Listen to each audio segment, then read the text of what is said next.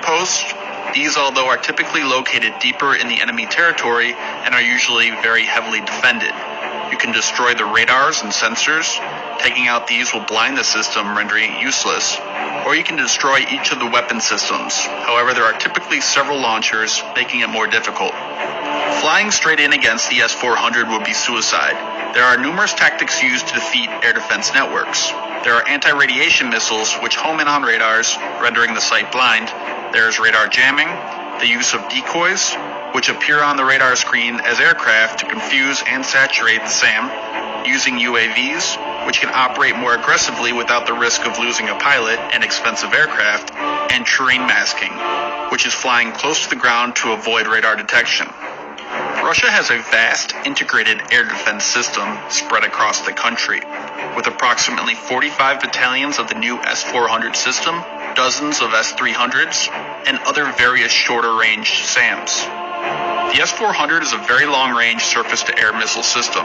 It is the latest upgraded to the S-300 missile family, using a new radar and a new missile, the 40N6, which has a range of up to 400 kilometers.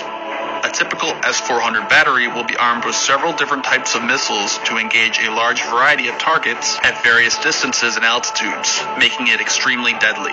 It is designed specifically to deal with stealth, radar jamming, and low-flying threats. The longer-range 40N6 missile is designed to shoot down higher-altitude aircraft with lower maneuverability, like the E-3 Sentry, the E-8 Joint Stars, and the RC-135 Rivet Joint.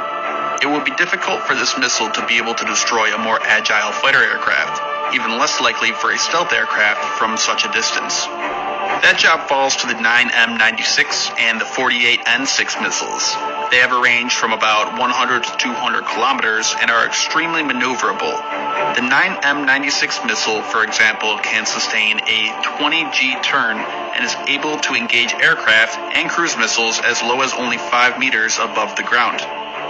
The F-35 currently does not have any dedicated radar jamming capability and cannot yet carry anti-radiation missiles. An upgraded version of the HARM anti-radiation missile and the MAL-J, which is the radar jamming version of the MAL decoy, are planned to be designed to fit in the F-35 by the mid-2020s. For now, the F-35's only standoff ranged weapons are the JSOW and the Small Diameter Bomb, or SDB. Both are glide bombs, meaning that their range depends on the altitude at which the aircraft is flying. If the F-35 flies at an altitude of 10,000 meters, it can launch these missiles at a range of about 100 to 125 kilometers. The SDB is great because it is small, therefore more can be carried. A single F-35 can carry 8 SDBs compared to only 2 JSOWs. The F-35 does not have the stealth needed to sneak past undetected, so they will have to attack. An attack on the S-400 would involve up to a dozen aircraft, with EA-18 Growlers armed with jamming pods and anti-radiation missiles, and F-35s armed with SDBs and decoys. They would fly in low under the radar to avoid detection for as long as possible. The decoys would be fired in an attempt to get the enemy radars to turn on and give away their position. These radar sites would then be attacked with SDBs from the F-35s and HARM anti-radiation missiles from the EA-18s. This scenario would likely result in the destruction of the air defense sites, but would undoubtedly come at a high cost. Flying low to the ground will reduce detection time, but this means the F-35s will need to get in close to launch their bombs. This puts the aircraft well within range of the formidable S-400 and vulnerable to smaller, shorter-range SAMs. The U.S. could expect to lose several aircraft in such an engagement. These losses might not be acceptable to commanders in terms of loss of human life and equipment, therefore might not go through with such a strike. A different scenario could involve launching Tomahawk cruise missiles at the site, therefore not risking losing pilots and expensive aircraft. The missiles would fly in very low to the ground, again to avoid detection for as long as possible. However, once detected, the S-400 battalion could expect to shoot down a large number of the relatively slow-flying Tomahawks. Therefore, ensuring destruction of an S-400 system would require dozens of missiles. Either way, eliminating the S-400 site is possible, but it will undoubtedly come at a great cost, which is the purpose of air defense, to try to stop, but also to try to dissuade an enemy from attacking in the first place. Alright, I'm gonna show you some other shit. Check it out. Alright, check this out, man. Iran's Russian anti-aircraft missile now operational, U.S. says.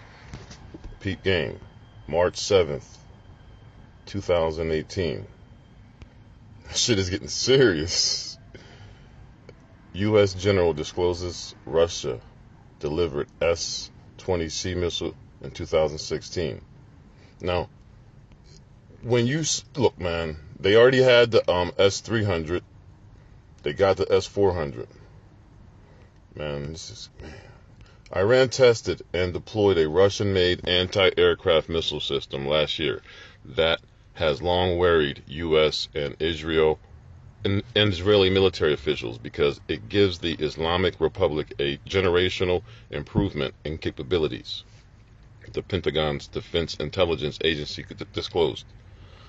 Russia delivered the SA-20C SAM system in 2016, providing Iran with its most advanced air defense system.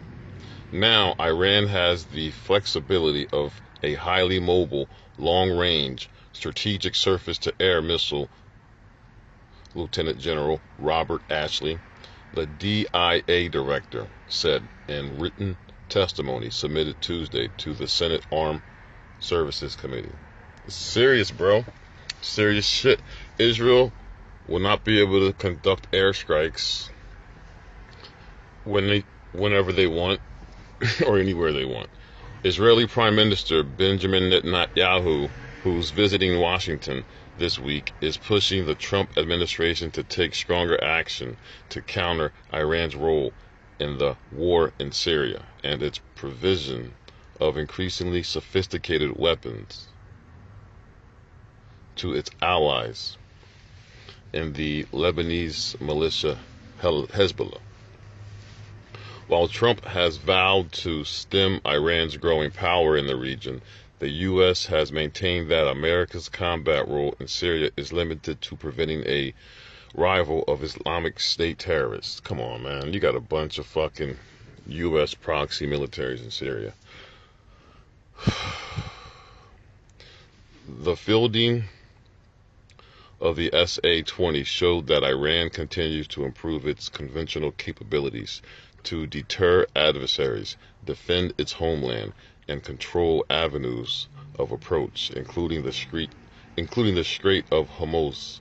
And I want to do a video on that alone, the Strait of Hormuz. Let me screenshot this shit, man, because that is where most of the oil comes through at.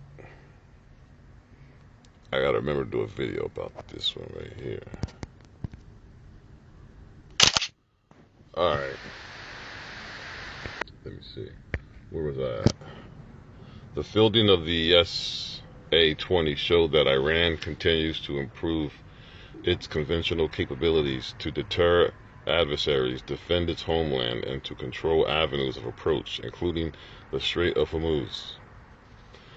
In the event of a military conflict, Ashley said in his submission to the Senate panel, we expect Iran's modernization priorities to remain its ballistic missiles, Navy and air defense forces, with new emphasis on the need for more robust combat air capabilities. The deployment of the SA-20 underscores the value of Israel's purchase of Lockheed Martin Corp's stealthy F-35 jet. It also caps a decade of objections by the U.S. and Israel against Russia selling Iran the weapons system. Man, Russia, man, is really, really like, they're going to sell another one to fucking Turkey. I mean, Eastern Europeans are different than Western Europeans. Russia is like, fuck y'all in the West. Y'all ain't going to fucking dominate the entire Middle East. I'm getting my hand in this shit too. So Russia is making a move. In 2008, General Michael Mosley, who was Air Force Chief of Staff, told reporters that Iran's capability to defend itself against airstrikes would take a quantum leap when it deployed the advanced Russian anti-aircraft systems. Let me read this shit again. Shit. In 2008, General Michael Mosley, who was Air Force Chief of Staff, told reporters that Iran's capability to defend itself against airstrikes would take a quantum leap when it deployed the advanced Russian anti-aircraft system. Damn, nobody's dropping bombs on fucking Iran or Syria. Man.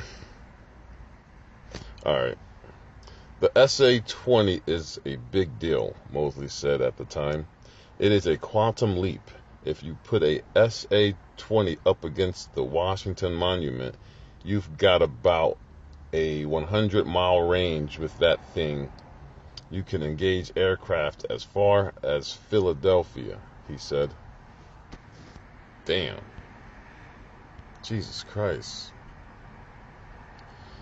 So you wouldn't even be able to get anywhere. Man, this is getting out of hand. But I like it though. This shit is interesting, man. Keeps you fucking, you know what I mean, thinking. In 2010, Army General David, I don't know his fucking last name, who was head of the U.S. Central Command at the time, said the weapons were among enhancements Iran sought to its anti-access capabilities designed to prevent the U.S., Europe, and Gulf nations from entering the Strait of Hormuz in a crisis. Yepper! Let me read that again. This is why I want to do a video on the Strait of Hormuz. In 2010, Army General David, who was head of U.S. Central Command at the time, said the weapons were among enhancements Iran sought to its anti-access capabilities designed to prevent the U.S., Europe, and Gulf nations from entering the Strait of Hormuz in a crisis. So, listen, all the oil that most of the world gets from, like, you know, out in the fucking, like Saudi Arabia and shit, all that oil, it got to go through Strait of Hormuz, which is like right there where Iran is. And they control that water. So if a crisis happens, some shit crack off, Iran wants to close that fucking strait so no fucking vessels, boats, nothing can go through. And that will cause a big ass conflict, a huge conflict. Alright, that's it. But yeah, man, that's the video, man. That's the video. But nah.